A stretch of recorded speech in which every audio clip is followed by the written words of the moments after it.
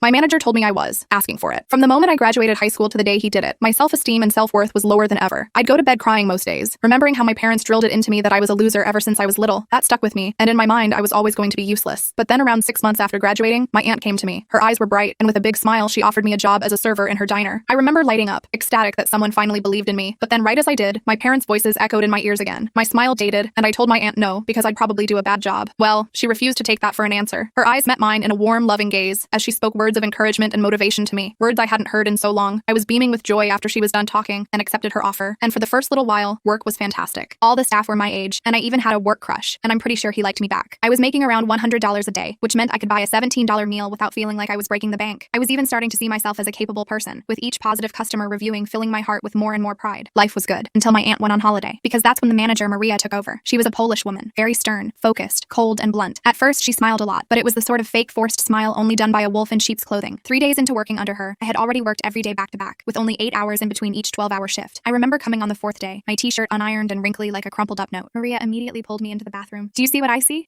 No. You look disgusting, Charlotte, she interrupted. I wanted to cry. I was overworked to the point of being in one of those moods where I felt like I could break down at any second. I felt tears sting my eyes. Luckily, she left before that happened and didn't see me bawling my eyes out, my tears splashing hard onto the cold bathroom tiles. When Maria came back into the bathroom a few minutes later, she handed me a new t-shirt. I think she saw my tears but said nothing. It reminded me of when I was little, and I felt my body begin to shut down, but I had no time for that, because it was 6 a.m. on a Monday, which meant we were getting the construction crew, aka the worst men known to man. I was used to their comments, from cute and adorable to, bet you taste as good as you look, or you're walking like you want it. I was pretty much able to just tune it out, but Maria had other ideas. Again, she pulled me aside. What are you doing to make the man say these things? I stared at her blankly. Be a slut on the street, I don't care, but when you walk in here, there will be no funny business. My eyebrows furrowed as I processed what she was saying. It was my first time ever being called that word. I wasn't even angry, just heartbroken. This time I couldn't hold back the tears. I saw a glimpse of regret in her eyes, but that was quickly replaced with sternness, and she left the bathroom. I stared at my fully covered up body in the mirror. There was no way it was my fault, right? I went back to work, turning on the autopilot hospitality part of my brain and turning off my emotions. But during my lunch break, I couldn't hold back. And that's when my work crush Levi met me outside. I told him everything. The insult, the men, the slut shaming. She's a crusty, dried up, probably ran through woman projecting onto you. Look at you, Charlotte. You know you get the most tips out of everyone every single day. She's just jealous. My heart fluttered a little at the word jealous because it meant he thought I was pretty. The thing was, Maria's comments had brought me to such a low I believed them. So I asked Levi to actually be serious and tell me what I was doing wrong to make these men say these things. He looked at me with this charming smile, wiping the remnants of my tears from my cheeks, and told me he was being serious, that I wasn't doing anything wrong, that instead of thinking this was somehow my fault, I should be angry. I realized he was right. I thought about all the times Maria would be covering a shift for my aunt, how she'd always let everyone else eat a meal for free, but I had to pay full price, how she forgot to forward me the email about the work party, and for the first time ever, a storm was brewing inside me. I finally realized none of it was my fault, that it was all her, and she was going to pay. I don't have time to finish the story in this short video, but it gets intense. Click the link or go to my channel to watch it.